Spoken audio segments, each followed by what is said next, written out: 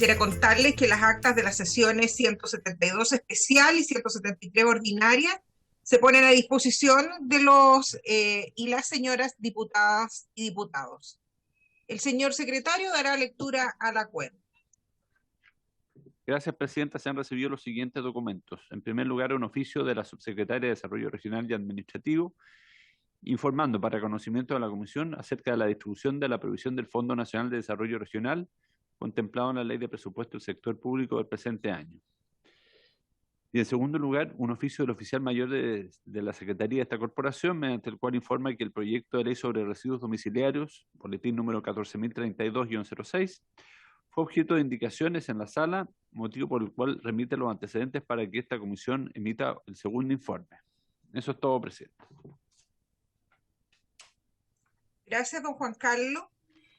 Estimados colegas, lo primero que tenemos que señalar hoy día es que esta sesión extraordinaria, esta sesión especial, fue citada para que partamos discutiendo los proyectos complementarios al proyecto de ley de voto obligatorio.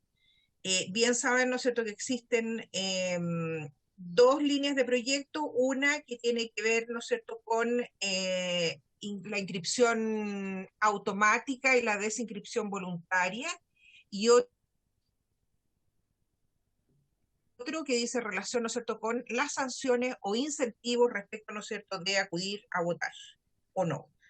Para ello, hemos invitado a la directora ejecutiva de Espacio Público, la señora Pía Mundaca Ovalle, que entiendo, ¿no es cierto?, que va a ser reemplazado por el director de Espacio Público, el señor Javier Sajuria, quien hemos tenido en otras oportunidades y que hoy día nos va a acompañar también en esta temática. Bienvenido, Javier.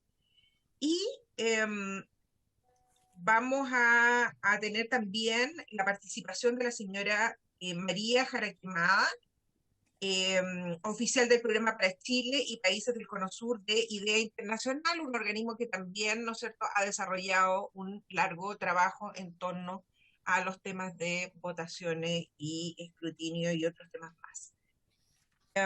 Bueno, hoy día es un día especial. Ayer yo creo que todos vibramos y estuvimos muy contentos de la constitución de la Convención Constitucional. Yo me voy a permitir sentirme particularmente orgullosa por la presidencia de Elisa Loncón, una coterránea nacida acá en Traillén, mujer mapuche, representante de una de las provincias más pobres de este país, que está llena de energía para dirigir esa convención constitucional. Felicitar también a Jaime Baza y sentirnos muy contentos porque lo que estamos haciendo aquí en el Congreso y el trabajo que se va a iniciar en la convención constitucional va a permitir construir un Chile, por supuesto, donde todos y todas entran, donde todos y todas nosotros vamos a formar un Chile diferente que nos llena de esperanza y de emoción. Así es que bienvenidos a nuestros invitados y vamos a dar en primer término espacio a las mujeres, por supuesto. Javier va a tener que tener paciencia, es el Día de las Mujeres. Vamos a darle el primer espacio a María Jaraquemada. María, ¿estás por ahí? Bienvenida. Quisiéramos que tú nos pudieses aportar respecto, ¿no es cierto?, de las líneas de proyectos complementarios al voto obligatorio y hacia dónde sería lo más sabio ir direccionando el proyecto. María, tienes la palabra. Muchas gracias, Presidenta, por la invitación. Voy a compartir una presentación. Sí, que por favor la envíe a la Secretaría después. ¿Está enviada? Está enviada, Ay, ya. A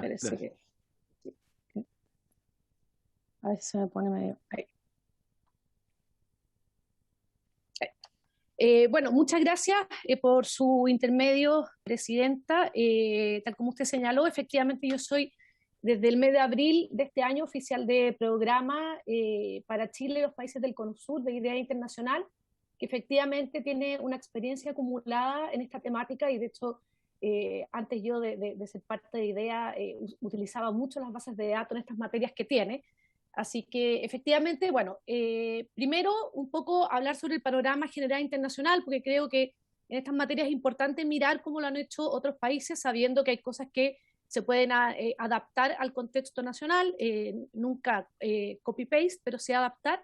Y por qué se utiliza el voto obligatorio, el voto voluntario, cuándo, cómo, ciertas consideraciones claves y riesgos que nosotros vemos a reinstaurar el voto obligatorio en Chile y cómo hacerlo, y recomendaciones finales. Bueno, ahí la primera lámina, como ustedes pueden ver, es un panorama general internacional. Si ustedes ven las cifras, y aquí hay un mapa con colores que así lo grafica, la tendencia mundial en general es a que el voto sea considerado un derecho, tal como hoy en día está en Chile, y que sea voluntario. Sin embargo, si nosotros miramos la región donde estamos situados, más bien se ve como un deber. Y esto puede ir acompañado, y lo vamos a ver en unos minutos, con o sin sanciones. Es decir, el voto es considerado obligatorio, pero muchas veces se establece así en las constituciones o en las leyes, sin embargo, no tiene sanciones asociadas, entonces se ve más como un deber, y en otros países de la región, en cambio, tiene sanciones asociadas bastante fuertes, y la fiscalización también es bastante efectiva. Algunos de los primeros países que fueron introduciendo leyes de voto obligatorio fueron Bélgica, Argentina en 1914, por ejemplo, y Australia también en 1924.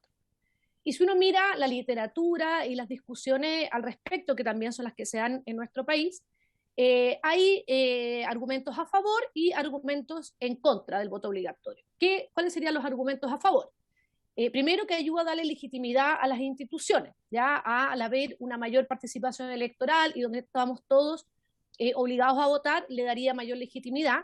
También contribuye a hacer un ejercicio de formación o educación cívica a la ciudadanía. Se fomenta la responsabilidad cívica, es decir, yo estoy obligado a elegir a mis autoridades, y por lo tanto está fomentando esa responsabilidad cívica. Algunos dicen también que podría llevar ciertos beneficios económicos, es decir, ciertos ahorros de recursos para los partidos políticos, al no tener que ser ellos los principales responsables de ir a buscar el voto, de ir a fomentar a que las personas salgan a votar. Y también podría ayudar a disminuir el clientelismo, dado que en el fondo están todos obligados a votar, no solo votan aquellos en los que se genera una relación de clientelismo. Y en contra del voto obligatorio se dice, bueno, primero esto iría en contra de la libertad de las personas, de la autonomía de las personas para ejercer su derecho a voto. En general, cuando se obliga a las personas a votar, si es que ellas no lo quieren hacer voluntariamente, se tiende a aumentar los votos nulos o blancos. Algunos dicen que también puede favorecer el populismo, porque muchas veces cuando no hay liderazgos claros, se fomenta estos populismos, y las personas, al no tener preferencias y verse obligados a votar, votarían por estas figuras. Y uno de los grandes temas que yo creo que es de los que tenemos que discutir ahora en Chile para reinstaurarlo es sobre la institucionalidad y la capacidad fiscalizadora. Obviamente, tener voto obligatorio implica también mayores recursos del Estado, y tener instituciones que tengan la fortaleza y las capacidades suficientes para efectivamente fiscalizar el incumplimiento de esto, a menos que se optara por lo que señalaba antes, que es un deber, pero que no tiene realmente sanciones aparejadas.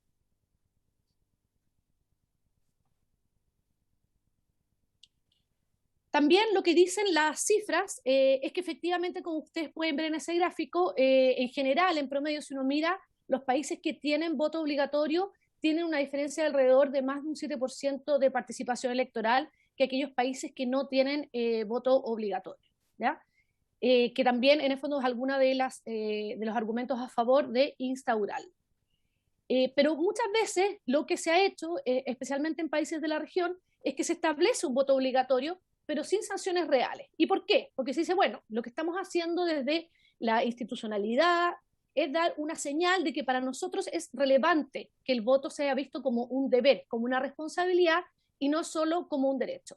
Otras veces lo que ocurre es que simplemente hay falta de capacidad de las instituciones para fiscalizar y para sancionar aquellos que no cumplen con esta obligación. Entonces ahí hay que ver también cómo se logra eso, porque muchas veces cuando es por falta de capacidad, también es visto como una debilidad del Estado y una debilidad institucional que puede afectar también a la confianza que tienen las personas en las instituciones. Entonces hay que tener mucho ojo con eso. En otros países, y es lo que ocurría en Chile desde el retorno a la democracia, era solo para quienes se registren. Y las sanciones, podemos ver ejemplos que van, las más comunes son multas. Ya lo más común es que cuando una persona incumpla su obligación de votar se sancione con multa. Algunos países pueden establecer la prisión, pero más que nada la prisión es por los regímenes comunes de cuando una persona no paga una multa que puede derivar en prisión. En otros se pierde también el derecho a voto. Y también vemos como hay países donde el no voto tiene otro tipo de sanciones. Por ejemplo, y que luego, si no se cumple con la multa, etcétera, por ejemplo, en Brasil, esto puede implicar que no se pueda trabajar en el sector público, que, por ejemplo, no se pueda obtener el pasaporte o no se puedan obtener créditos en bancos públicos. En Perú también hay sanciones de multa, pero estas pueden diferir dependiendo del lugar geográfico del Perú, por una relación también con la pobreza relacionada a ese sector geográfico. Entonces las multas también pueden ir diferenciando dependiendo del nivel socioeconómico de la persona que incumple. Y la fiscalización también es interesante ver cómo lo han hecho otros países. Hay países que efectivamente la fiscalización lo que hacen es que cuando uno va a realizar ciertos trámites, como por ejemplo en el Ecuador, uno tenga que demostrar que efectivamente ha votado, y si no ha votado, que ha pagado la multa, y si no, en el fondo, cuando uno va, por ejemplo, a tramitar un subsidio, algún beneficio, etcétera, y si no, ahí es donde a la persona se le exige cumplir con esa multa para poder realizar esos trámites. Entonces, también muchas veces lo que se hace para facilitar la fiscalización es como una especie de fiscalización cruzada y no solo tener como a una autoridad como podría ser el servicio electoral, o a tribunales determinados persiguiendo un poco a estas personas a través del cumplimiento de estas multas. Lo que sí es que me gustaría señalar que no hay evidencia de que los países con altas sanciones tengan mayor participación electoral con los países que no tienen sanciones, pero también los casos muchas veces para hacer estos estudios son pocos, entonces tampoco esa falta de evidencia quiere decir que efectivamente esto no ocurra. Y lo otro que es muy importante es que se permita la excusa de manera sencilla para que esto finalmente no se convierta en una persecución sin sentido.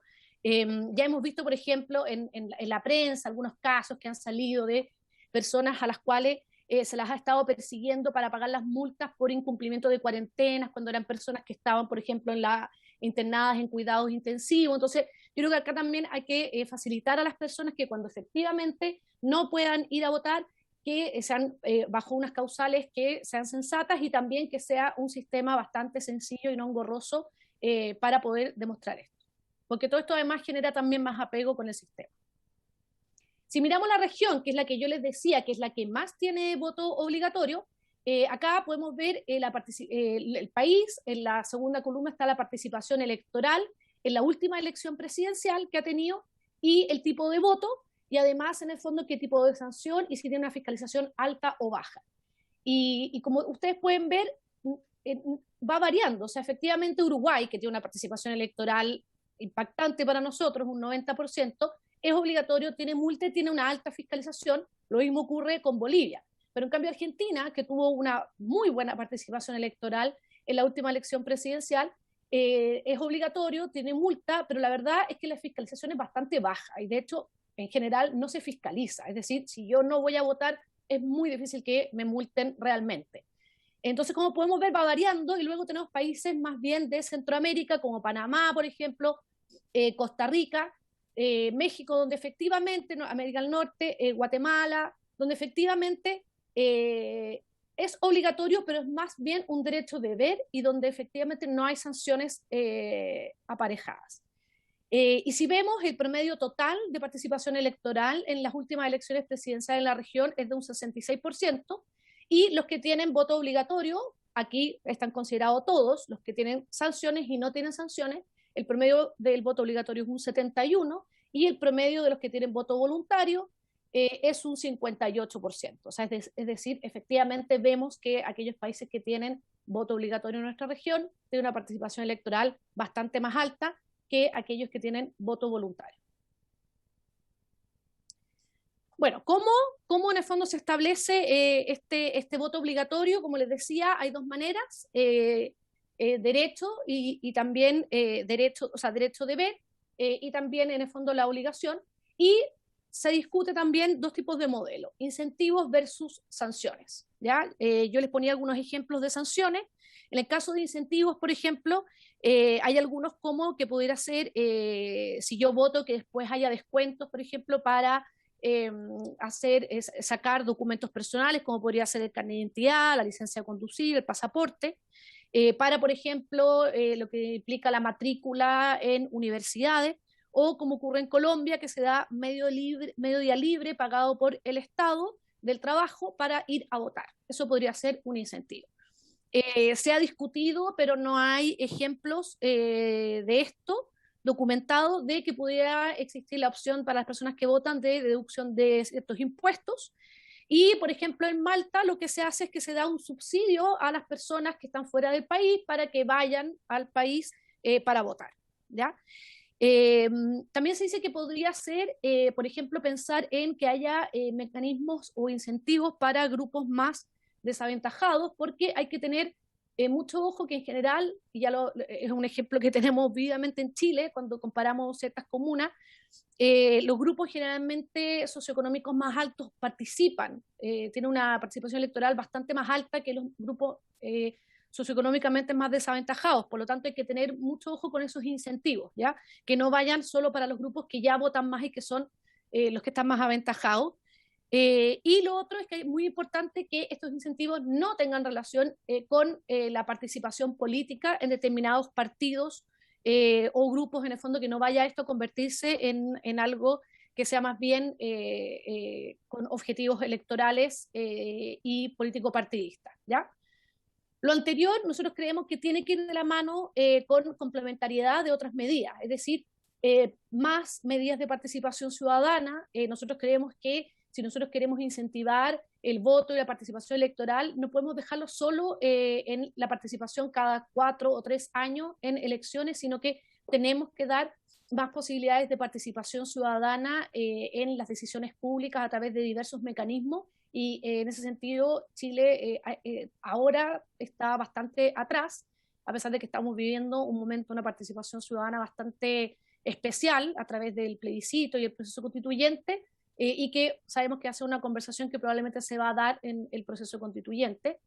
Es muy importante que hayan campañas comunicativas también respecto a esto, que haya escucha activa, que entendamos por qué hay personas que no están yendo a votar, para entender qué medidas, qué políticas, qué incentivos se pueden dar a las personas que no están votando, que además lo más probable es que haya razones distintas en distintos grupos y distintas personas, y facilitar el voto, ¿ya?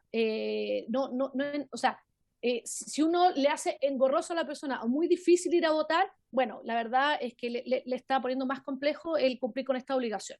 Y mecanismos alternativos de votación. En eso, tanto Chile como en general la región de América Latina están bastante atrás comparado con otros países del mundo, donde hay distintos mecanismos alternativos de votación. Yo sé que esta comisión ya lo ha discutido, ya lo ha visto, pero efectivamente hay mecanismos alternativos de votación que pueden facilitar a las personas el voto y podrían, en su caso, aumentar la participación electoral si esto va de la mano con el voto obligatorio. ¿Cuándo? Yo creo que también hay que plantearse si queremos que esto sea inmediato o si instaurando cierta gradualidad. Por ejemplo, empezar a instaurarlo para algunas elecciones y no para todas las elecciones de inmediato. Tenemos que pensar que lo que va a hacer nuestro país es reinstaurar el voto obligatorio. O sea, nosotros ya tuvimos voto obligatorio, lo sacamos y ahora estaríamos volviendo al voto obligatorio. Por lo tanto, para que esto cumpla con los objetivos que se buscan, hay que pensar cómo hacerlo para que no genere rechazo también en la ciudadanía. Pensando en que hay una muy alta desconfianza en las instituciones políticas y que, bueno, ya vimos en las últimas elecciones cómo efectivamente tenemos un grave problema de participación electoral. Entonces queremos que esto cumpla con su objetivo y no que pase precisamente lo contrario. Entiendo también, y está en uno de los boletines de los proyectos de ley que están discutiendo, la posibilidad de registrarse, y eso también hay que ver si efectivamente va a beneficiar o no al objetivo que estamos buscando. Porque ¿qué es lo que estaríamos buscando con la posibilidad de registrarse? Que hayan personas que digan, bueno, yo efectivamente no quiero participar nunca, pero el problema que habría con eso es, por ejemplo, lo que ocurrió en el plebiscito, que nosotros vimos muchas personas que nunca habían votado, o incluso de comunas donde en general la participación electoral muy baja, que fueron a votar. Y es bueno también a veces darle la oportunidad de, en ese tipo de elecciones o en ese tipo de actos eleccionarios, que esas personas puedan ir a participar y no tengan que cumplir con registrarse. Entonces yo creo que hay que pensar bien si la posibilidad de registrarse podría no ser algo positivo para lo que se está buscando. Como decía antes, ver si van a ser en todas o en alguna de las elecciones. Por ejemplo, nosotros tenemos la posibilidad del voto en el extranjero solo en alguna de las elecciones. Entonces, quizás pensar si también podría instaurarse el voto obligatorio en todos o en algunas. Y la mayoría de los países contemplan excepciones, ya sea como la distancia, la edad o la salud. De hecho, hay varios países de la región, por ejemplo, que permiten voluntariamente votar a personas mayores de 16 años y menores de 18, pero que no es obligatorio. Y la mayoría de los países también contemplan excepciones para no votar a personas mayores de cierta edad, como puede ser 70, 75 años, etcétera. Y temas de salud también, por ejemplo, personas que pueden estar cumpliendo con pre y postnatal, o personas que están hospitalizadas, que tienen distintos temas de salud, pero ahí también sería bueno pensar en mecanismos alternativos de votación para que si estas quisieran participar, efectivamente pudieran hacerlo sin lo que implica acercarse a votar el día de la elección. Consideraciones clave y riesgo de lo que nosotros vemos en la discusión que hoy día se está dando en Chile. Primero es que estamos reimplantando el voto obligatorio después de 10 años, ¿ya? O sea, efectivamente esto es algo que ya nosotros lo vivimos y que ahora volveríamos a implantarlo. Entonces, creemos que es muy importante que esta sea una discusión, o sea, nosotros aplaudimos esta discusión, creemos que es muy relevante que se esté teniendo. Probablemente también se va a tener en el proceso constituyente cuando se discuta nuestro sistema de gobierno, sistema electoral, y creemos que esto tiene que ser una discusión que se dé con mucha información de por medio y que se ponderen bien los pros y contras del contexto chileno. O sea, ojalá en verdad pudiéramos tener más información, como por ejemplo, yo sé que es algo costoso tanto en recursos y en tiempo, pero es algo que creemos que sería positivo. Por ejemplo, focus con los grupos que efectivamente no están votando, los distintos grupos que efectivamente no están votando, para entender cuáles son las causas directas acá en Chile y cómo, en el fondo, se podría diseñar de mejor modo el sistema para hacernos cargo de eso. Nosotros creemos que para el contexto chileno, en ese sentido, quizás sería mejor empezar con una suerte de derecho de ver, tal como lo hacen otros países de la región, es decir, con sanciones quizás más bien simbólicas o más bien leves y no con sanciones tan intensas, porque en el fondo lo que no queremos es que esto al final genere el efecto contrario de un desapego aún mayor con la institucionalidad, con el sistema democrático, y que hubiera una especie como de rebelión en contra del voto. Creemos que también hay que facilitar el voto, es decir, como se suele decir, si Mahoma no va a la montaña, llevémosle la montaña a Mahoma. Entonces, transporte gratuito, por ejemplo, el día de las elecciones, acercar las urnas a las personas, ver cómo podemos hacer que votemos más cerca de nuestro domicilio, y, insisto de nuevo, los mecanismos alternativos de votación. Creemos que tiene que haber una campaña comunicacional intensa y no asociada a los partidos políticos, que no se vea como algo que sea para, o sea, que los partidos políticos estén obligando a la ciudadanía a votar, porque sabemos que lamentablemente, a pesar de que los partidos políticos son clave en un sistema democrático fuerte, hoy en día en Chile tienen, según las últimas 2 encuestas CEP, un 2% de confianza ciudadana. Entonces creemos que esto tiene que salir de la política partidista y ojalá sea una campaña intensa que también involucre a la sociedad civil, a las organizaciones internacionales, al Estado en general, pero no a la política partidista. Lo otro es mirar el calendario electoral. O sea, en un país con una muy baja participación electoral, tenemos un 2021 intensísimo. Entonces, obviamente, eso genera también fatiga electoral, y sabemos que esto se dio por todo lo que está pasando también con la pandemia, pero mirar también eso, tener ojo cuando uno va a reinstaurar el voto obligatorio, mirar el calendario electoral para que al final tampoco se genere como esta fatiga electoral. Creemos que ya vamos a tener un plebiscito de salida en un poco más de un año más, donde va a haber voto obligatorio. Entonces quizás podríamos tomar aprendizaje de ese primer ejercicio que vamos a tener después de tantos años de voto obligatorio para implementarlo con posterioridad a eso, es decir, hacerlo de manera gradual y tomando los aprendizajes de ese plebiscito creemos que es muy importante que esta conversación se dé a través de una mesa o un grupo o una conversación amplia, que esté la sociedad civil, que estén las organizaciones internacionales, como decía, focus groups, etcétera, porque eso le puede dar mayor legitimidad a reinstaurar el voto obligatorio. Si uno mira de las pocas encuestas que se han hecho al respecto, hay un importante número de personas que todavía se manifiestan en contra del voto obligatorio. Esto debe ser una medida que esté en evaluación constante para ir mejorando. O sea, no es algo que reinstauremos mañana y que quede fijo, escrito en piedra, sino que debe tener evaluación constante y ver cómo se puede ir perfeccionando. Debe necesariamente conversar con el sistema electoral y de partidos, pero quizás eso es algo que va a estar más en la discusión constituyente. Y no debemos de olvidarnos que esto tiene que ir de la mano con la legitimación de la política en Chile. En el fondo nosotros necesitamos también ver cómo podemos fortalecer y darle más confianza a los partidos políticos y a las autoridades políticas en general, para que no escuchemos lo de no, es que yo no voto porque el día de mañana me tengo que levantar a trabajar y todo va a quedar igual. En el fondo mi voto no incide en determinar quiénes son las autoridades, mi voto no cambia nada.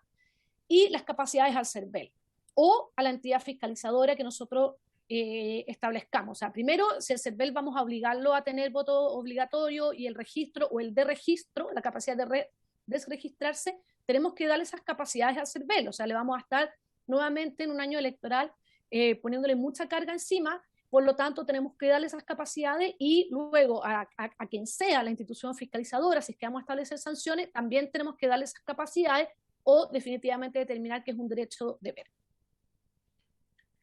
Y por último, recomendaciones finales, combinándolo con todo lo que he señalado anterior, nosotros creemos que reinstaurar el voto obligatorio tiene que ir de la mano con otras señales. No puede ser solo reinstaurar el voto obligatorio. Tiene que hacerse a través de campañas de educación y mensajes, idealmente con sanciones benignas e incentivos que pueden ser a grupos específicos o más bien amplios, pero teniendo mucho ojo con que en general quienes más participan son grupos más aventajados, por lo tanto si son incentivos amplios pueden beneficiarlos más a ellos, y también que estos mensajes y estas campañas también puedan ir con foco a los grupos que menos participan, y tiene que estar con anclaje en los debates sociales. O sea, esto tiene que ir de la mano con lo que se esté discutiendo socialmente en las distintas materias, como puede ser en el proceso constituyente, en nuestro sistema de gobierno, de partido electoral. En estos temas muchas veces el proceso importa igual o más que el mecanismo concreto, por lo tanto, para que se vea como legítimo y no sea resistido por la ciudadanía, es muy importante cómo hagamos el proceso de reinstaurar el voto obligatorio. Y por último, la peor forma de implantar el voto obligatorio es cualquier forma que invite a la agitación o a las divisiones. O sea, lo que nosotros no queremos es que al final esto termine siendo un motivo para mayor lejanía o desconfianza con la institucionalidad, los partidos políticos, las instituciones políticas. Muchas gracias, Presidenta. Gracias, María, te agradecemos. Después vamos a pedirte que te quedes un poquito porque va a haber una ronda de preguntas de los diputados. Queremos invitar a Javier Sajuria, de Espacio Público, que pueda también darnos su visión respecto de los proyectos. Muchas gracias, señora Presidenta. Por su intermedio, a los honorables diputadas y diputados presentes en la comisión. Voy a compartir una presentación, si fuera posible, pequeña, y agradezco mucho que María haya podido presentar antes porque me permite enfocarme en otros temas relativos al proceso. Un segundo, que parece que estoy con problemas míos.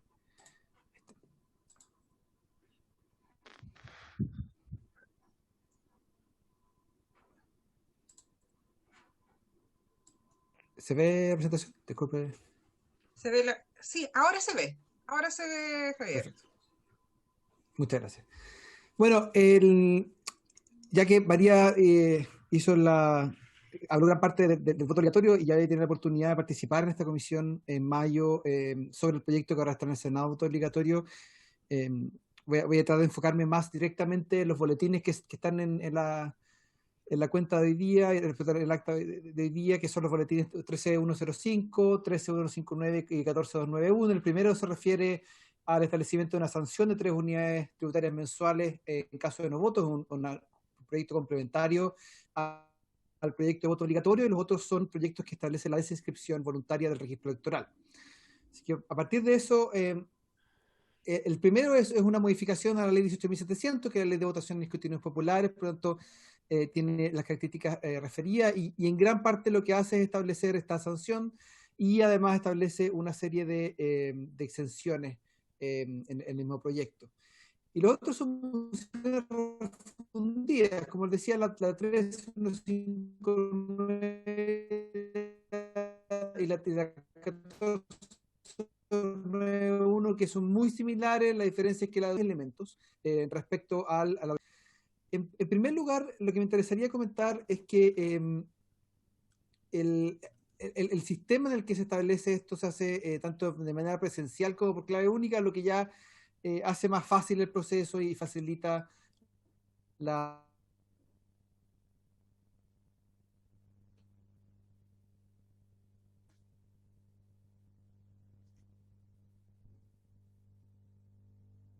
¿Yo tengo problemas de señal o quedo congelado, Javier? El funcionamiento, y además lo otro interesante, no libera a las personas que se retiran, plantea preguntas, por ejemplo, ¿lo escuchas bien?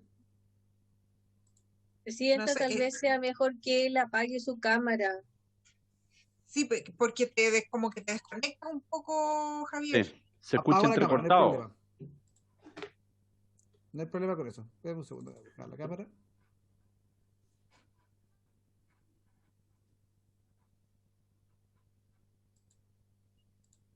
Perfecto. Continúo entonces. Sí, dale nomás.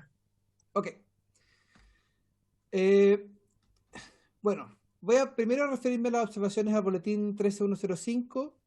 Como mencionaba María, hay una serie de preguntas de logística, en el sentido de tanto el objetivo final de la sanción, en términos de si efectivamente logra o no logra aumentar la participación. La verdad es que, como comentaba María anteriormente, no hay una evidencia contundente al respecto. Las obligaciones o las llamadas voto obligatorio como derecho-deber parecieran tener un cierto efecto bastante similar en términos de la participación. Y cuando se observan diferencias, es difícil establecer desde el punto de vista metodológico si es que esas diferencias se refieren precisamente a la existencia de estas sanciones y al costo de las mismas sanciones. Y por lo tanto uno puede establecer que puede existir un sistema de voto obligatorio sin sanciones, y eso también puede aumentar la participación. Ya establecimos que el voto obligatorio por sí puede generar mayor participación.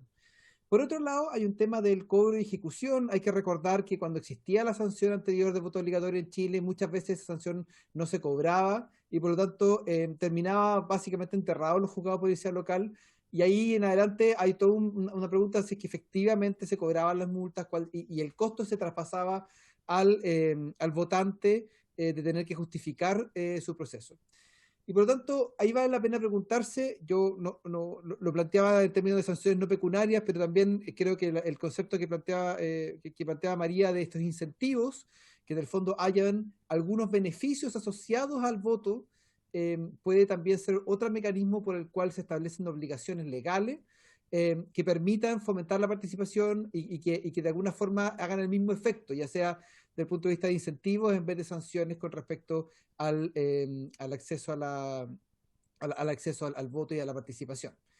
El proyecto, además, y esto en relación a los otros dos boletines que voy a comentar, ya habla de una serie de exenciones, que uno podría agregar un par de exenciones más, lo que hace menos necesario, creo yo, y creemos dentro del espacio público, el sistema de desinscripción.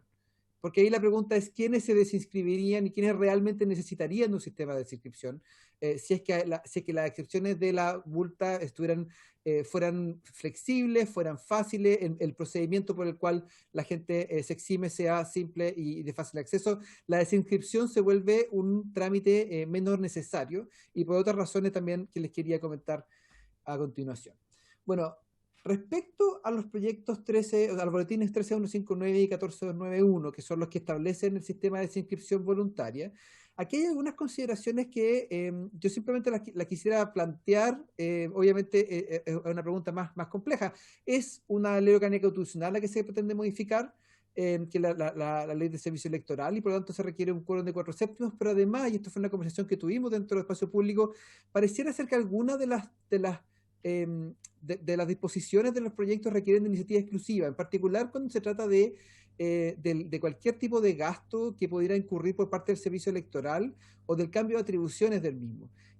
Por ejemplo, había que consultarle tanto al Ejecutivo como al Servicio Electoral qué piensan respecto al costo o a las necesidades logísticas de establecer un sistema de desinscripción. Por ejemplo, llevar adelante los cambios de registro, los cambios de padrón, etcétera. Si es que tuviera algún costo asociado, eso obviamente podría ser más compleja la tramitación del proyecto por lo establecido en el artículo 65 de la Constitución de Iniciativa Exclusiva.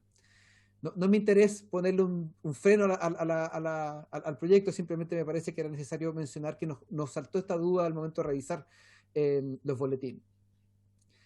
Ambos proyectos buscan alternativa al régimen de sanciones, pero no... una de las cosas que ocurre es que esto va en paralelo al proyecto de voto obligatorio y por lo tanto puede ocurrir, y esto sería poco probable, pero siempre uno tiene que plantearlo, que el proyecto de voto obligatorio no avance, pero este sí. Y en aquellos casos tiene poco sentido que este proyecto siga avanzando en la medida en que el voto obligatorio no se establezca. O sea, ¿cuál es el incentivo a desinscribirse del registro electoral si es que no hay obligación de votar? A menos que haya un interés más alto, pero ahí pierde sentido la justificación de este proyecto. Hay otro tema que también es importante y es un poco una extrapolación a la evidencia que nosotros teníamos respecto a la inscripción voluntaria que existía hasta hace 10 años en Chile.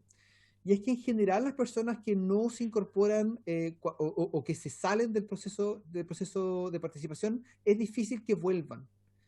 Y por lo tanto, uno de los temores que nosotros tenemos es que el proyecto de desinscripción pueda perpetuar o petrificar, preocupamos ciertos sesgos existentes que ya fueron mencionados, particularmente sesgos de clase, sesgos territoriales. Yo les comentaba la exposición que tuve respecto al voto obligatorio, que la evidencia que hay en Chile plantea que los sesgos operan más encima de forma distinta en sectores rurales y urbanos. O sea, en los sectores urbanos los sesgos de clase son más fuertes, mientras que los sectores rurales operan en sentido contrario y además hay sesgos de edad.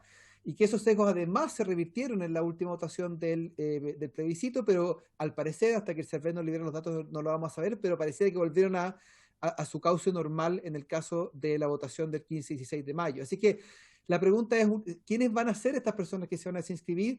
Y si es que van a volver a inscribirse en el caso que haya una nueva votación. Quizás una alternativa sería que la desinscripción solo opere para la elección en cuestión. Es decir, que en vez de que las personas se retiren de forma permanente del padrón electoral, en cada elección ellos deban desinscribirse para esa elección que viene hacia adelante, y después cada vez que se reconstruye el padrón para la próxima elección, esas personas vuelven a incorporarse y así este proceso se vuelve distinto. Si no, el riesgo es que estas personas nunca más vuelvan a participar del proceso y las vayamos perdiendo en el tiempo. Y lo otro también hay que tener claro, y esto en relación a lo que hablábamos con el boletín 105 sobre sanciones, es que los padrones se fijan 140 días antes. Y mucha de la justificación, particularmente del boletín 14291, tenía que ver con esta lógica de que las personas hacen procrastinación o inercia, en el sentido que votan simplemente por el hecho de que ya están inscritos y que no hay mayor incentivo a moverse de ahí. Si nosotros le estamos pidiendo a las personas que se desinscriban 140 días antes, eso requiere un nivel de previsión bastante alto. O sea, el porcentaje de personas que efectivamente ocuparían este sistema puede ser muy bajo. Personas que están haciendo un acto consciente de retirarse del proceso eleccionario. Y ahí la pregunta es si no vale más la pena extender o hacer más flexibles las exenciones de la sanción en vez de establecer un sistema que requiere que las personas estén casi 4 meses antes o 3 meses y medio antes definiendo si es que van a participar o no van a participar de las elecciones. Así que ese por ese lado es interesante plantearlo. Solo como consideraciones finales, y aquí voy a tratar de no repetirme mucho con lo que planteaba María, pero estamos bastante de acuerdo con lo que planteaba Idea. Las sanciones pecuniarias no son la única opción, como hemos planteado. Hay otros mecanismos para fomentar la participación y para hacer extensiva la obligatoriedad del voto si es que eso es lo que termina ocurriendo. Dijimos que la participación es desigual y es sesgada, tanto territorialmente como por clase y por otro tipo de variables importantes. Por lo tanto, las herramientas legales que traten de fomentar participación o de asegurar la participación también deben considerar estos sesgos. Y eso yo sé que desde el punto de vista de diseño legal e institucional es complejo, pero es importante también considerarlo. Una herramienta, por ejemplo, con una sanción pecuniaria que sea baja para un porcentaje de la población de altos ingresos, en el fondo lo que hace es discriminar contra aquellas personas de bajos ingresos que no tienen la capacidad de pagar por no votar, mientras que otras personas simplemente van a hacer el pago, si es que estamos hablando de tres unidades tributarias mensuales, que es lo que establece el boletín 1305. Bueno, en ese caso estamos hablando de que hay un porcentaje de la población que probablemente va a preferir pagar antes de incluso hacer el trámite de exención.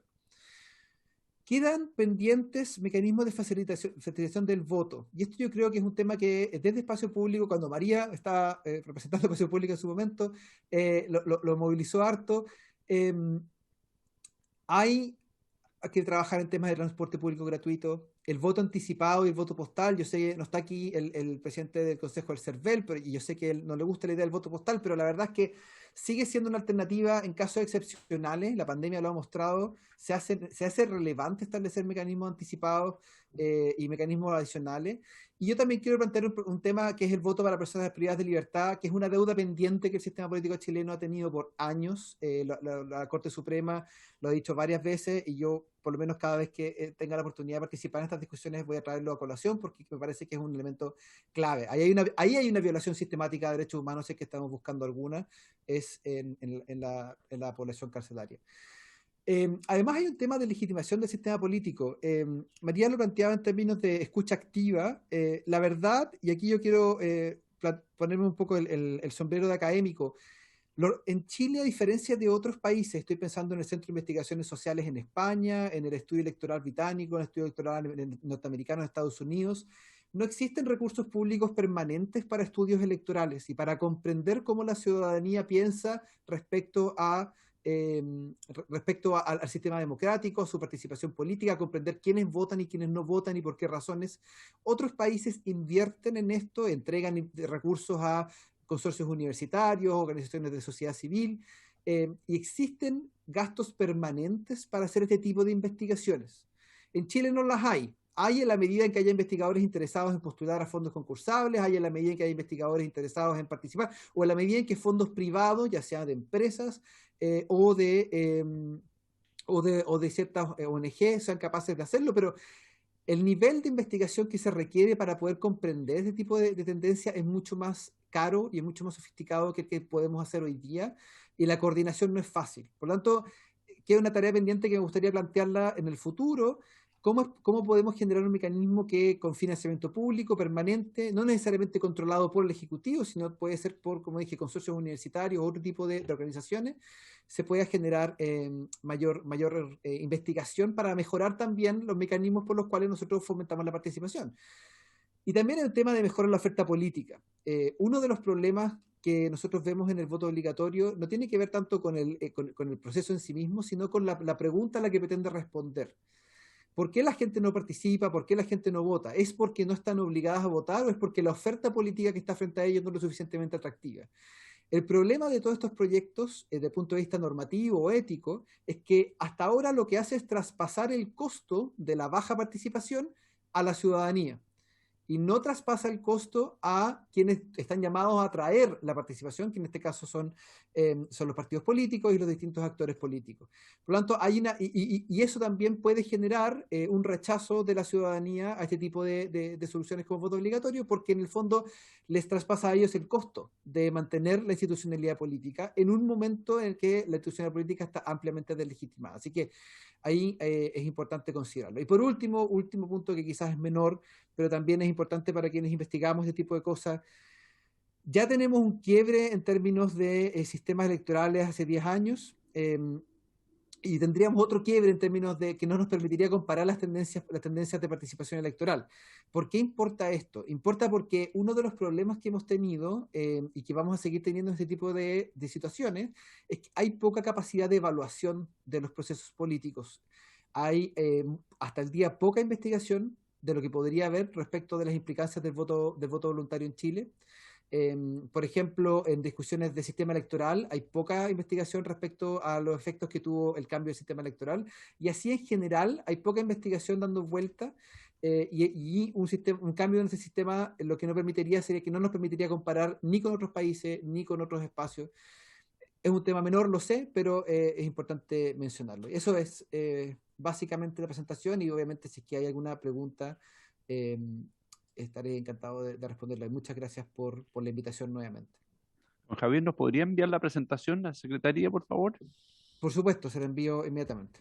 Muchas gracias. Gracias, Javier.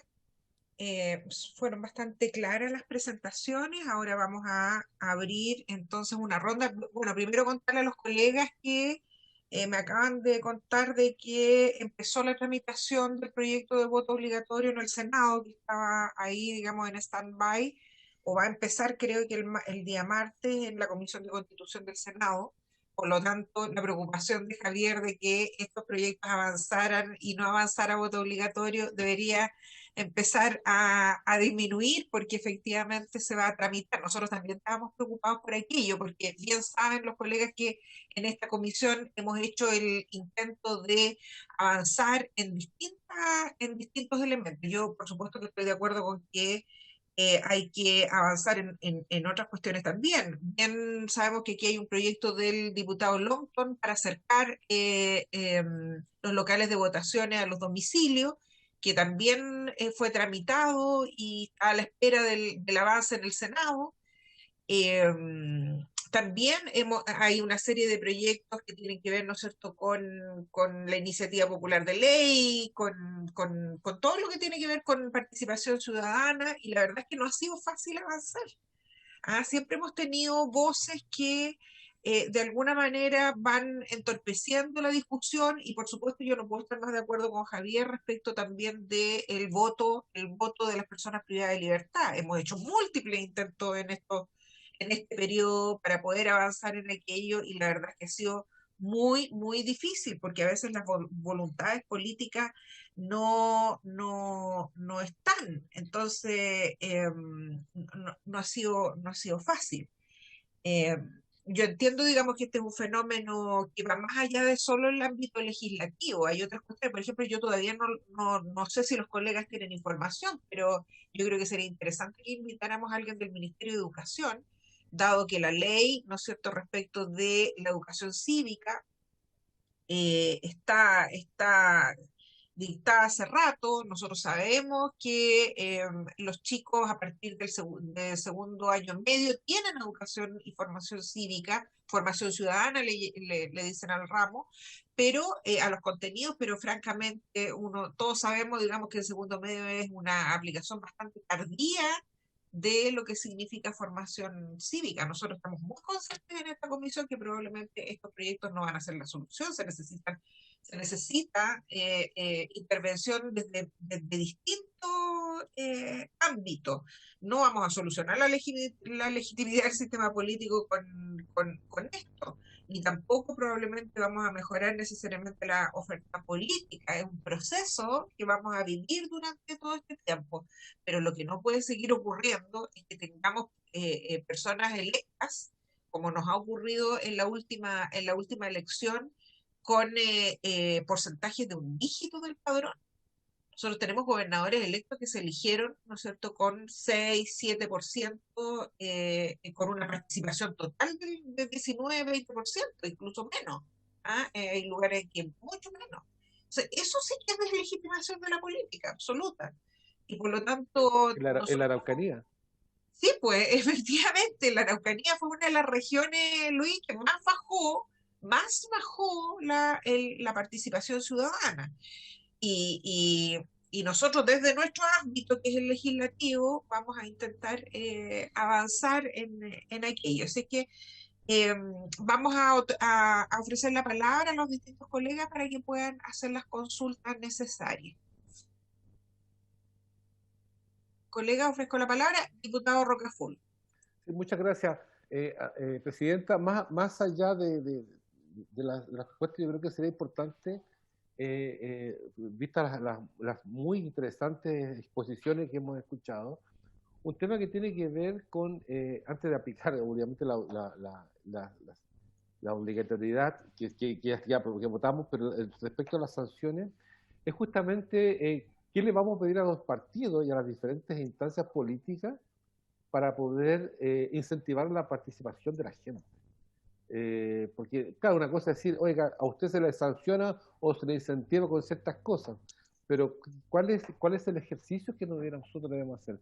Y un compromiso a propósito del día histórico 4 de julio, de ayer, de la instalación de la convención constitucional, tiene que ver cómo provocamos el interés de las personas en participar. Porque una cosa también que en esa participación sea considerada, porque una cosa que uno podemos escuchar a toda la gente, qué bonito, pero lo importante es cómo las personas se sienten integradas, se sienten parte de esta sociedad y que su opinión va a ser considerada en algún momento. Así que a mí me parece que obviamente que eso debiéramos procurar buscar a través del Estado y del gobierno, ¿cierto?, que hubiera una mayor participación, y yo creo que hoy día este hito importante que tiene que ver con la construcción o la redacción de una nueva constitución, creo que se tienen que dar los mecanismos, los espacios para que la gente justamente se vaya interesando en la política, se vaya interesando en el destino de nuestro país. Eso, presidente.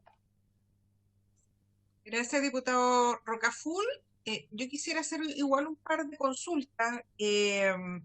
La verdad es que hay algo que ustedes mencionaron y que tiene que ver, ¿no es cierto?, con institucionalizar esa capacidad de evaluar el tema del voto. Entonces, mi duda es que yo sé que probablemente eso implica recursos fiscales, el poder hacer estudios y todo, pero tal vez podemos conversar con el Ejecutivo para poder incluir esto en estos proyectos. ¿Hay alguna sugerencia en particular? ¿Cómo podemos evaluar el tema del voto y hacerlo más institucional para que vayamos haciendo una revisión permanente? Y lo otro, yo entendí de sus presentaciones que la posibilidad de desinscribirse, efectivamente nosotros estuvimos conversando con algunos colegas, yo soy autora de uno de los boletines, siempre lo pensamos como una opción en términos, ¿no es cierto?, de que no se sintiera que el voto obligatorio era un castigo, ¿ya? Sino que estuviera tras un proceso de reflexión la posibilidad de desinscribirse. Pero también hemos estado conversando con algunos colegas respecto de que efectivamente tomar lo que decía Javier Sajuria, en términos de que la posibilidad de desinscribirse fuera solo, digamos, para ese determinado proceso eleccionario que viene, ¿ya? Pero también, dado que hay que hacerlo con harta antelación, probablemente el grupo objetivo que va a acceder a eso va a ser bastante limitado y pequeño. Entonces, lo que yo entiendo es que lo que ustedes sugieren es que si tenemos un buen sistema de incentivos, más que de castigo, podría no ser necesario entonces el proyecto de desinscripción voluntaria. Por ahí va mi consulta.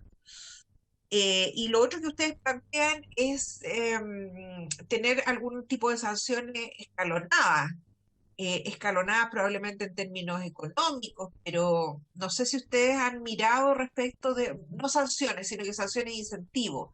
¿Han mirado un poco en su experiencia algunos incentivos que sean más recomendables en términos, ¿no es cierto?, prácticos que otros que pudiésemos desde esa mirada, digamos, de no tener, porque efectivamente algunos plantearon, por ejemplo, ¿no es cierto?, no permitir que las personas saquen su carnet de identidad, pero igual eso tiene, a mí por lo menos me provoca ruido, porque el carnet de identidad es algo tan esencial que te permite incluso cobrar el cheque de tu sueldo, entonces eso es casi como un castigo demasiado fuerte, digamos, particularmente para quienes no tienen recursos.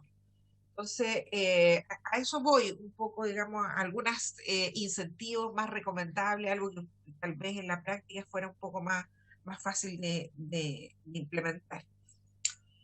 Esas son mis consultas. ¿Hay algún otro parlamentario que quiera hacer alguna otra consulta? Entonces le damos la palabra a, no sé, a María, Javier, ¿quién quiere responder algunas de las consultas?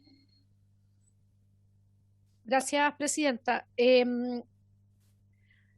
A ver, lo de los partidos políticos es complejo, porque en el fondo yo creo que uno de los grandes problemas que nosotros tenemos asociados a la falta de participación electoral es precisamente la desconfianza o la baja popularidad que tienen en este minuto los partidos políticos. De hecho, conversando con otros colegas de la región, por ejemplo, en Paraguay, que no hay sanciones, tiene una participación electoral bastante buena, y me decían, es que los partidos políticos todavía, a pesar de que si uno mira ciertos estudios o encuestas, no están dentro de los mejores rankeados, ni son de los más populares, igual todavía tienen en el fondo cierta como fiato con la comunidad, entonces logran movilizar personas a votar, ¿ya?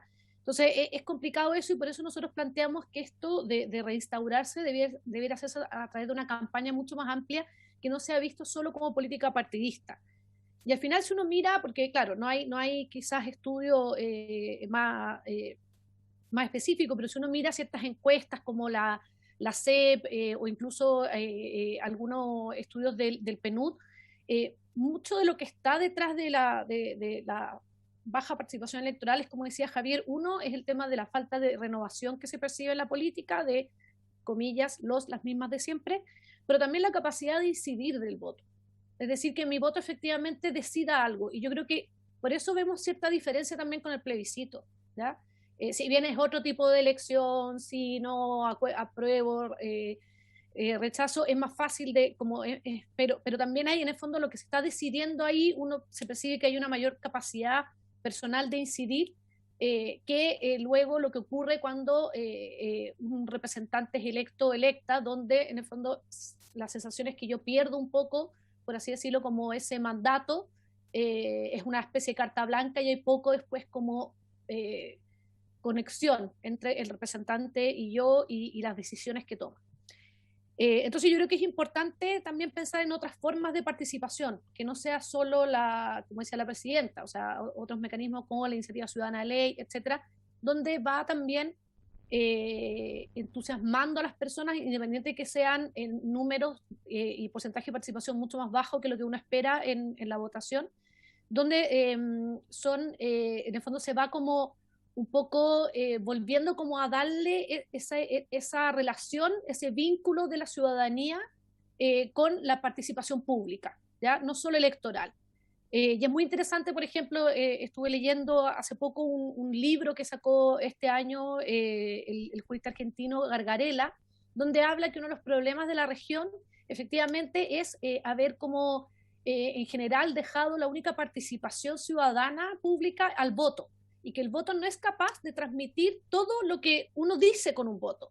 Porque yo, por ejemplo, en la última elección del 15 y 16 de mayo, que tuve la opción de elegir distintas autoridades, yo puedo haber votado políticamente por distintos sectores, y eso es muy difícil de entender por qué yo hice eso, qué es lo que estoy queriendo decir. Hay mucho que uno dice con un voto, pero muy poco de lo que uno puede realmente como sacar de elecciones, conclusiones, etcétera. Entonces, a través de distintos mecanismos de participación, de relación, de vínculo entre la ciudadanía y el Estado, se puede mantener y tener mucho más información y retroalimentación mutua que solo a través del voto. Otro tema que es algo que ocurre en la región es el tema del clientelismo también, y el voto voluntario se ha dicho que fomenta eso, porque yo en el fondo me preocupo solo de aquellos a los que yo movilizo a votar, y ahí ya sabemos esa relación que se da. Entonces yo creo que es importante entender que eso en el fondo no puede continuar como esa forma de relacionarse, porque al final no tampoco fomenta el voto. Claro, y ahí está el cómo se provoca también. Y respecto a lo que preguntaba usted, Presidenta, sobre los estudios y la evaluación permanente, claro, yo creo que lo ideal es que este tipo de estudios y evaluación, claro, se pudiera hacer no solo a través del Estado, sino que también lo pueden hacer la academia, la universidad. Para eso es importante que haya información del Estado en formatos abiertos, etcétera, actualizada permanentemente, accesible para la academia, para la autoridad. Entonces yo creo que el CERVEL hace ese esfuerzo, pero siempre yo creo que se puede mejorar, y entonces tenemos que darle los recursos al CERVEL para que haga ese esfuerzo. Y segundo, también siempre se puede fortalecer al propio servicio electoral, la División de Estudios del Servicio Electoral, para que esté haciendo esto. O sea, yo creo que eso es relevante. Y ahí es muy importante esa conversación que tiene que tener el CERVEL con la academia y los investigadores para que efectivamente sepa el CERVEL cuál es la información relevante que tiene que estar disponible. Y también, bueno, si queremos ponernos más generosos, siempre pueden haber algunos fondos específicos concursables para estos propósitos de parte del Estado. Sobre la desinscripción, yo creo que también está lo que dice Javier, que yo creo que es muy importante, es el tema de, en el fondo, una vez que yo hago el ejercicio de desinscribirme, va a ser muy difícil que yo vuelva a inscribirme y vamos a dejar fuera a muchas personas que podrían entusiasmarse en determinados momentos y yo creo que, y además hay estudios también que indican que una vez que yo voto, existe más posibilidades de que yo vuelva a votar. Entonces, si personas que quizás para el plebiscito votaron, puede que se entusiasmen de nuevo. Entonces, la desinscripción puede ser un desincentivo en eso. Y también tenemos que pensar, además, que estamos en pandemia. Entonces, todo lo que implique trámites es complejo para la ciudadanía en estos momentos. Entonces, yo creo que eso también es un tema.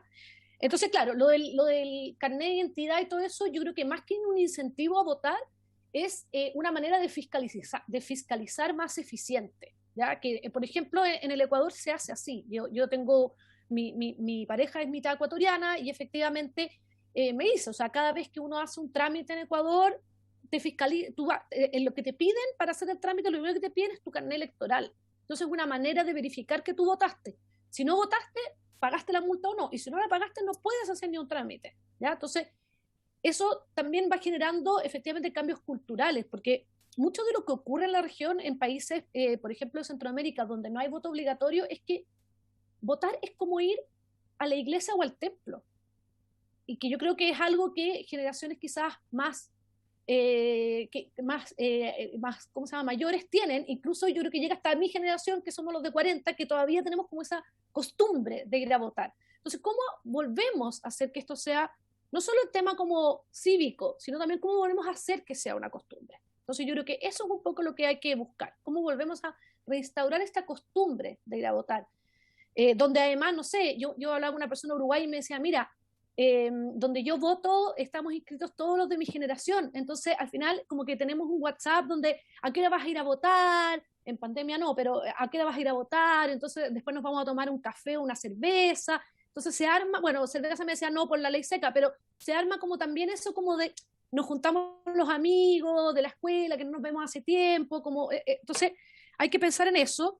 Y yo creo que es clave lo que hablaba también Javier, el tema de facilitar el voto, los mecanismos alternativos y también lo que decía usted, Presidenta, del proyecto de ley del diputado Longton, de cómo acercamos más la urna a las personas, cómo hacemos que sea más fácil el cambio de domicilio electoral, que pueda ser más, quizás más cercano a las elecciones también, y ver que en el fondo cómo, porque yo creo que nosotros sabemos que tenemos un sistema electoral que funciona súper bien, que es transparente, que es confiable, que es rápido. Y eso es algo que nosotros no podemos perder. Pero muchas veces eso nos genera como una falta de modernización o una inmovilidad, de que nos da miedo tocar cualquier cosa para no echarlo a perder. Pero fuimos capaces de hacer elecciones en un día sin echarlo a perder. Entonces yo creo que podemos también ver cómo innovar, cómo modernizar el sistema para que para el votante sea mucho más fácil.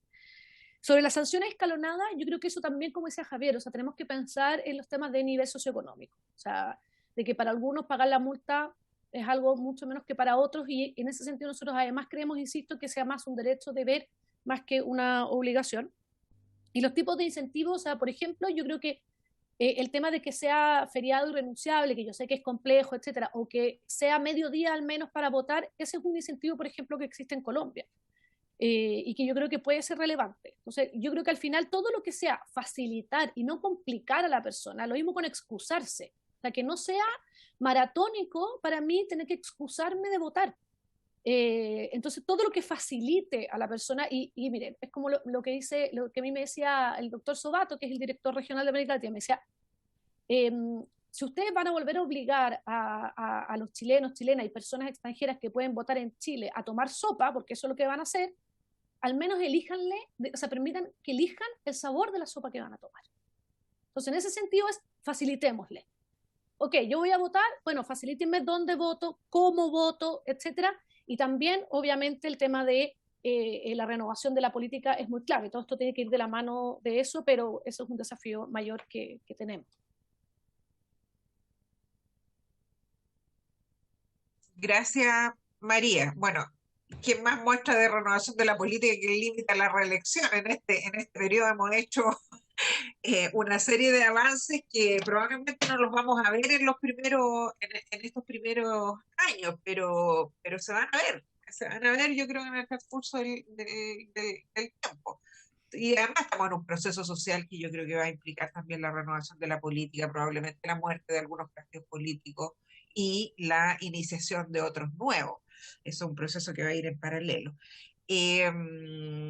Disculpe que la interrumpa, y la paridad también demostró Sin que es duda, posible renovar la política. maravilloso. Y también espero yo después que avancemos en escaños reservados también para el mundo indígena. Tenemos muchos desafíos. Entonces, yo creo que hay que mirar con esperanza, que estamos haciendo todos los esfuerzos para que estas cosas sean un poquito distintas.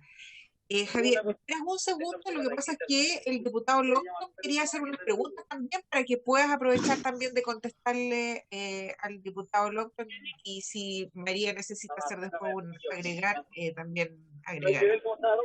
Sí, gracias, Presidenta. Quería hacer una pregunta a María. Espera, hay un audio prendido, parece, ¿no? Ahí sí. Quería hacer una consulta a María, que me pareció que su exposición va en la línea de lo que por lo menos yo creo que varios de la Comisión tenemos pensado. El tema de más allá de sanciones monetarias, en este caso multa, sino que vaya asociado a ciertos trámites y además también asociarlo a ciertos incentivos. A mí también me llama mucho la atención y creo que tenemos que ir por ahí con respecto a lo que pasa con las sanciones escalonadas, es decir, dependiendo del segmento social y de vulnerabilidad, algo parecido a lo que ocurre en Perú. Pero yendo específicamente a la pregunta, ¿qué opina? A ver, porque hay un proyecto que habla de la desinscripción voluntaria.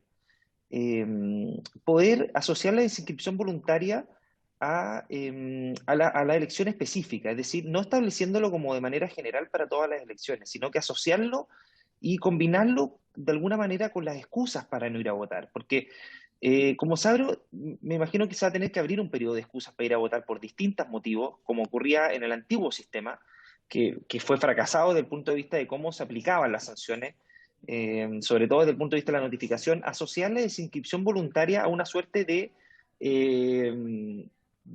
bolsillo grande respecto a las excusas, es decir, la persona que no quiere ir a votar por ABC motivo, es decir, no establecer específicamente qué motivo, pueda desinscribirse voluntariamente en un plazo acotado para la elección, solamente para ese proceso eleccionario, y después obviamente recuperando la obligatoriedad respecto a las elecciones sucesivas, y en un plazo acotado que pueda hacer a través de un medio electrónico, ojalá obviamente para evitar la movilidad y sobre todo el recorrido, las distancias. Y obviamente que todo lo que tiene que ver con el transporte público gratuito, los locales de votación cercanos al domicilio, que lamentablemente aún sigue detenido en el Senado. Pero en específico para la elección, en la inscripción voluntaria, que hay algún tipo, porque ahí combinaríamos un poco el deber con la obligación.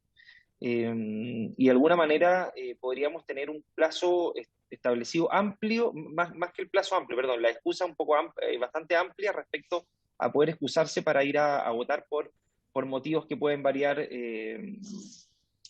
mucho. Eso, gracias, Presidente. Gracias, diputado Longton. Le damos la palabra a Javier Sajuria y después a María para que responda también las consultas del diputado. Muchas gracias, señora presidenta. Voy a referirme a las preguntas que planteó. Primero, los modelos para poder hacer estudios, además de los fondos concursables, que es el mecanismo que existe hoy día. Existe hoy día los fondos de investigación que establece la NIT o el Ministerio de Ciencia, además de otro tipo de fondos.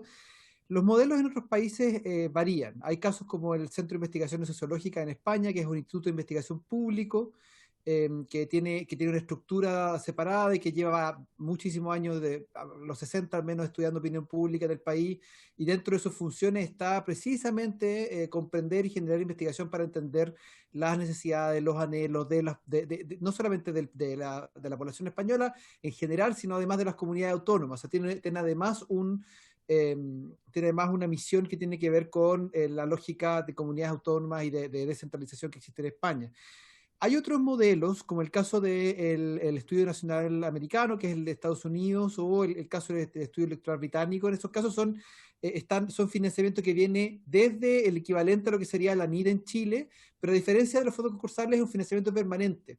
Entonces, lo que hace esto, en el caso de Reino Unido, es el Economics and Social Research Council, que es el Consejo de Investigación Económica y Ciencias Sociales, y en el caso de Estados Unidos, en la National Science Foundation. Lo que hacen ellos es que tienen una línea de financiamiento para pagar este tipo de iniciativas, y cada cierta cantidad de años, entre 10 y 15 años, se vuelve a licitar el control de este proyecto, y se incentiva a consorcios universitarios de 2 o 3 más universidades a postular y a llevarse este proceso.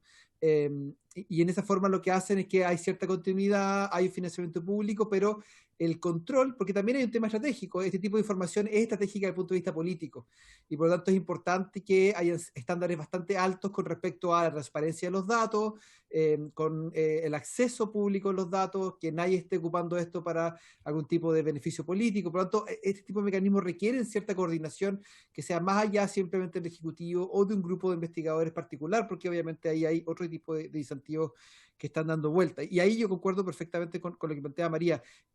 Si bien yo creo personalmente que el CERVEL no debiera tener esta función en particular, porque ya tiene suficiente con la administración electoral, que es un trabajo bastante fuerte, sí claramente tiene problemas de recursos en términos de estudios. O sea, la capacidad de estudios del CERVEL y el acceso que hay que el CERVEL a datos es limitado en gran parte por la falta de recursos que tiene, y en ese sentido hace falta porque hay mucha información que está disponible por parte del CERVEL, y que es importante que esté coordinada con cualquier iniciativa que nosotros hagamos para estudiar este tipo de procesos. Sobre el tema de los incentivos, de los castigos, qué tipo de incentivos, etcétera, a mí me gustaría volver un paso más atrás, porque lo importante aquí es la pregunta cómo fomentamos la participación. Y aquí hay dos áreas. Uno es si el voto obligatorio puede fomentar la participación o no, y bajo qué contexto. Y la verdad es que nosotros creemos que la evidencia es bastante sugerente, que efectivamente el voto obligatorio fomenta la participación o aumenta la participación. Pero la verdad es que la evidencia no es tan sugerente respecto a las sanciones. Y por lo tanto la pregunta sobre qué sanciones utilizar, se vuelve menos relevante. Y por eso concordamos con la idea, con lo que plantea María, de la noción del derecho de ver. No creemos que la sanción, mientras más dura o más efectiva, o la fiscalización sea más eficiente, necesariamente vaya a mejorar la participación electoral. Creo que hay un límite de cuánto nosotros podemos mejorar la participación por vía de la obligación. Y ahí también hay una pregunta respecto a hasta qué punto vamos a tensionar la opinión pública, obligándolo o haciendo aún más oneroso el proceso de la participación de la participación política. Y el otro punto, y aquí yo comparto su optimismo, Presidenta, respecto a los cambios políticos que están ocurriendo en Chile, hay un elemento que es de largo plazo. Nosotros estamos quizás pensando mucho en lo que va a ocurrir ahora en noviembre y en la participación para estas elecciones, pero la verdad es que este es un proceso de largo plazo. La tendencia a baja participación en Chile viene desde 1990 en adelante. No la vamos a cambiar rápidamente con una sanción pecuniaria, ni por 3 UTM, ni por 3 UTA, ni ningún tipo de monto. Y la verdad es que eso requiere tiempo y requiere también un cambio por parte de las instituciones políticas, que es un cambio que está ocurriendo. Así que yo tiendo a pensar que uno puede ser optimista de que esto debiera mejorar también por ese lado, por el lado como planteaba hace un rato sobre la oferta política. En ese mismo sentido también, y esto es algo que ustedes debieran plantear, y lo conecto con lo que planteaba su intermedio, señor presidente, el diputado Longton. Me permito responder una parte de su pregunta, si me permite. Hoy día ya estamos tarde para establecer un sistema de desinscripción para las elecciones de noviembre. El plazo para cualquier cambio de padrón venció ayer.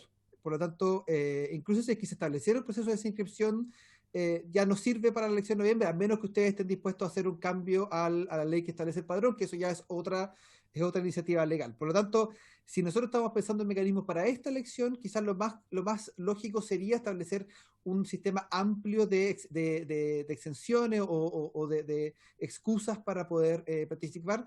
Y en ese sentido, como yo lo planteaba en la presentación, se hace más razonable pensar en ese mecanismo para que sea elección a elección, de que la gente tenga muchas más posibilidades de excusarse, que en un sistema de desinscripción que va a requerir que la gente se desinscriba 140 días antes, que además está la pregunta si es que esa desinscripción va a ser permanente en el padrón o cada elección, y cuáles son las sanciones o no sanciones asociadas. Pareciera que es más simple permitir la no participación por un mecanismo más flexible de excusas que por un mecanismo de desinscripción. Esa sería quizá la opinión que me gustaría plantear al respecto. Muchas gracias. María. Gracias, presidenta. Sí, comparto lo que dice Javier. Yo creo que es algo, primero, más sencillo de comprender y además es lo más usual, que en el fondo uno tenga como causales más amplias de excepción para votar y que tenga un sistema más sencillo también de acreditarlos. Yo creo que eso también es muy relevante. Entonces ahí podemos pensar en personas sobre cierta edad, menores de cierta edad y luego distintas causales como la que existía antes con el sistema de voto obligatorio, que era más de tantos kilómetros de tu lugar de votación, y se podría pensar en otras, o sea, hay temas de salud también, qué sé yo.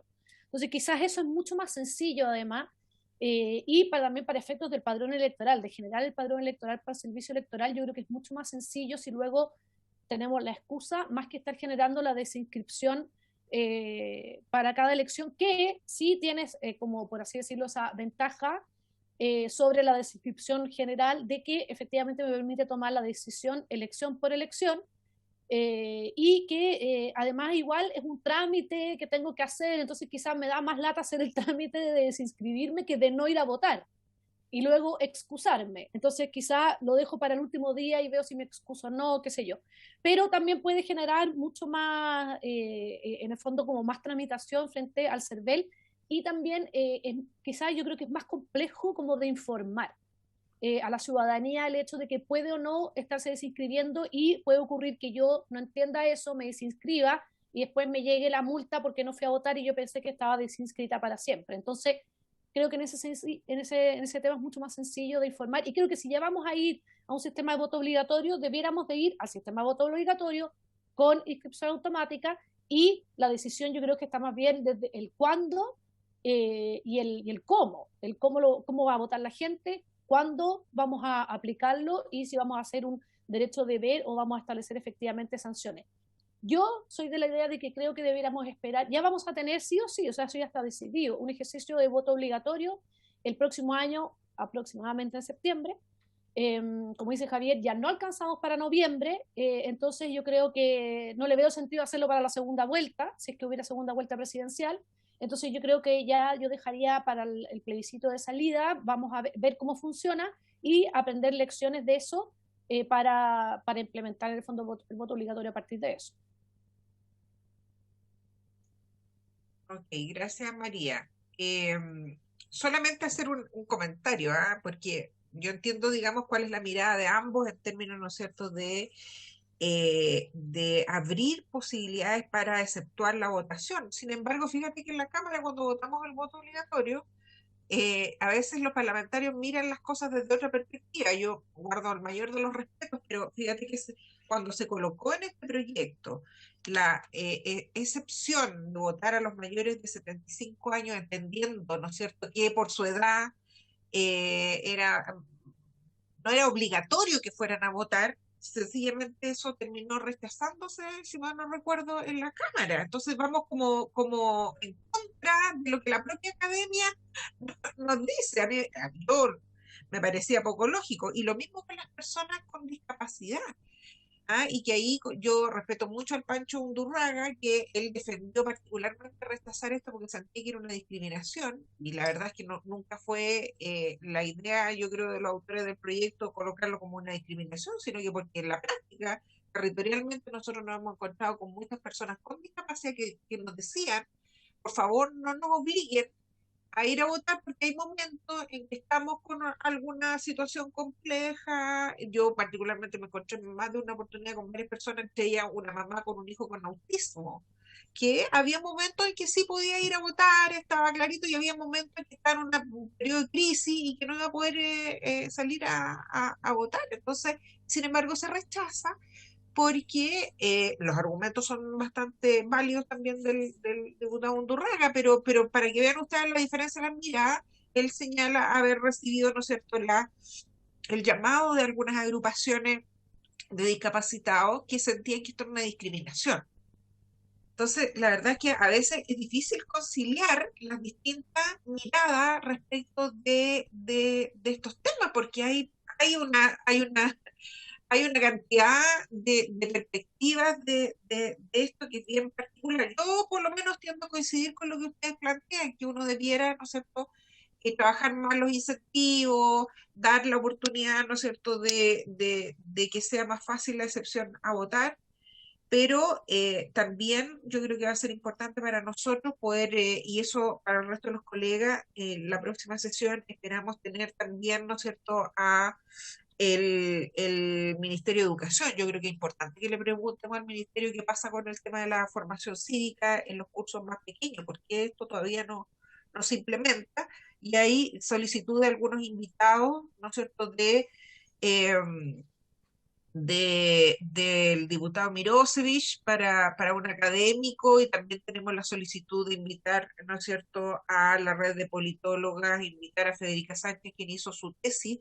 respecto de estos temas y que nos puede también ilustrar mucho. Entonces, yo lo primero que quiero hacer es agradecer a Javier y a María su gentileza de acudir a la invitación de esta comisión, decirles que vamos a ponerle empeño para hacer un buen proyecto, que sabemos que ya no tenemos el tiempo probablemente para hacerlo de aquí a noviembre, pero vamos a persistir en esta tarea de aumentar la participación. Contarle a los colegas que entonces vamos a tener una próxima sesión con más invitados, pero quiero dejar algunos minutos, también algún ratito, para que podamos avanzar en algunos proyectos de fácil despacho, tal como lo habíamos conversado, ¿no es cierto?, en nuestro WhatsApp. Hay un proyecto de la diputada Nando y hay otro más por ahí, ¿no es cierto?, que serían de fácil despacho y que podríamos avanzar además en los últimos minutos de la sesión. Recordarles que el día martes es decir, mañana, vamos a tener la última ronda de invitados para el proyecto de ley corta de descentralización. Lo que sí quiero pedirles, colegas, es que ya vayan trabajando en las indicaciones que tengan respecto a la ley de descentralización, porque tenemos que darle celeridad al tema del proyecto, y que probablemente nosotros vamos a tener una sesión paralela a la sala el día miércoles. Entonces, para que si el martes tenemos la última sesión de invitados y lo logramos votar en general, el miércoles ya tendríamos que empezar la discusión en particular. Entonces, para que sus equipos empiecen a preparar las indicaciones. ¿Mm? Eh, Ofrezco la palabra por si es que hay alguna otra consulta, sugerencia. Si no hay consultas y sugerencias, agradecerles profundamente nuevamente a María Jaraquemada, Javier Sajuria, agradecerle a los colegas, y nos encontramos entonces mañana para discutir ley de descentralización. Gracias, Presidenta. Sin otro particular, entonces, damos por cerrada la sesión de hoy día.